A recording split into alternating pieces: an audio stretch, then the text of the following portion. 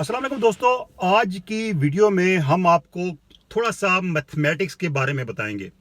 और ये मैथमेटिक्स दरअसल है सेनेट के इंतखाब के हवाले से।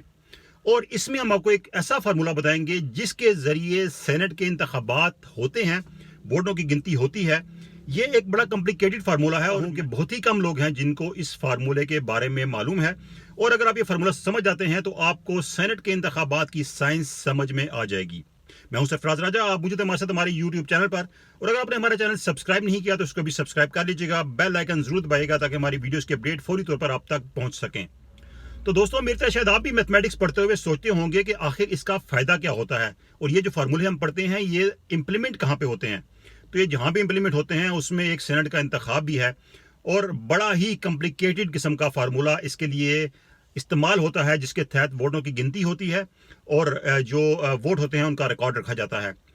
सेनेट का इंतखाब जो है दरअसल STV एक सिस्टम है जिसको कहते हैं सिंगल ट्रांसफरेबल वोट, उसके तहत होता है।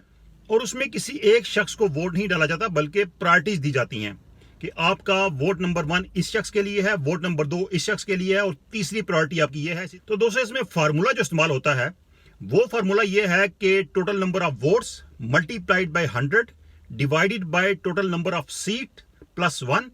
इसका जो आंसर आएगा उसमें भी हम 1 जमा कर देंगे।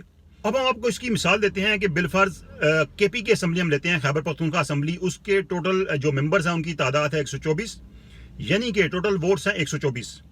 अब 124 को हम 100 से मल्टीप्लाई करेंगे और इसको डिवाइड करेंगे टोटल नंबर ऑफ सीट्स, यानी कि अगर 7 नशिस्तों पर इलेक्शन हो रहा है तो 7 प्लस 1। अब इसका जो आंसर आएगा वो आएगा 1550। अब हम 1550 में फिर 1 जमा कर लेंगे और ये बन जाएगा 1551। अब 1551 को अगर हम राउंड फिगर में यानी 2 फिगर्स में कन्वर्ट करते हैं तो ये बन जाएगा 16। तो इस तरह दोस्तों, खैबर पख्तूनख्वा असेंबली में एक जो सीट है उसके लिए दरकार होंगे 16 वोट, यानी कि 16 वोट लेने वाला शख्स सेनेटर मुंतखब हो जाएगा खैबर पख्तूनख्वा असेंबली से। और उसकी जो काउंटिंग होती है वो इस तरह होती है कि उसमें जैसा कि हमने आपको बताया कि 1551 अगर इसमें एक बनता है रेशो, तो जो भी उम्मीदवार जितने भी वोट लेगा उसको भी 4 फिगर्स में तब्दील किया जाएगा। यानी कि अगर किसी के 15 वोट हैं तो उसके साथ 2 सिफर ऐड करके उसको 1500 कर दिया जाएगा। और अगर 1551 से कम वोट हैं तो वो मुंतखब नहीं होगा, और जिसका 1500 से ऊपर यानी कि 16 वोट जो लेगा 1600 वोट्स के बन जाएंगे तो वो सेनेटर मुंतखब हो जाएगा। और जो भी शख्स सेनेटर मुंतखब होगा उसको गिनती से निकाल दिया जाएगा। तो अब जितने भी जीतने वाले उम्मीदवार के प्रायोरिटी वोट हैं, टॉप प्रायोरिटी के वोट, वो उसके सेकंड प्रायोरिटी वाले को कन्वर्ट हो जाएंगे और सेकंड प्रायोरिटी वाला अब टॉप प्रायोरिटी पे आ जाएगा। तो इसी तरीके से बॉटम से उन लोगों को एलिमिनेट करते रहेंगे जो कि सेनेटर मुंतखब नहीं होंगे, यानी कि उनके वोट इतने कम रह जाएंगे कि वो सेनेटर मुंतखब नहीं हो सकते, उनको भी एलिमिनेट कर दिया जाएगा साथ साथ। तो यूं जो काउंटिंग है उसका अमल होता है। तो इस फार्मूले के तहत जैसा कि हमने आपको बताया कि खैबर पख्तूनख्वा असेंबली में एक सीट के लिए 16 वोट दरकार हैं, जबकि पंजाब में ये तादाद 46 है। इसी तरीके से सिंध में ये तादाद 21 है और बलूचिस्तान में 8 जो वोट हैं वो लेने वाला शख्स एक जनरल नशिस्त पर कामयाब हो जाएगा। अब इसी फार्मूले के तहत अगर हम देखें तो जो नशिस्तें मुतवक्के हैं मुख्तलिफ जमातों की, तो PTI इस बार पहली बार पाकिस्तान में सेनेट में मेजोरिटी लेने में कामयाब हो जाएगी। तकरीबन 28 के करीब उनकी सीटें बन जाएंगी आने वाली सेनेट में। और इसी तरीके से जो पीपल्स पार्टी है वो दूसरी बड़ी सियासी जमात बनेगी सेनेट में, जिसकी नशिस्तें 19 या 20 होंगी। और PMLN जो कि इस वक्त की सबसे बड़ी जमात है उसकी नशिस्तें 17 या 18 रह जाएंगी।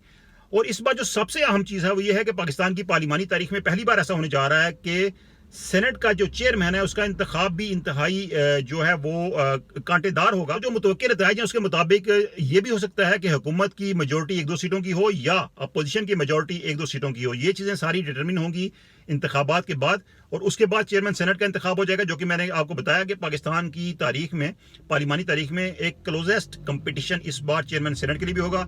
और कोई भी रुकन जो अपोजिशन से हो या हुकूमत से हो उसके चेयरमैन मुंतखब होने के इम्कानात होंगे।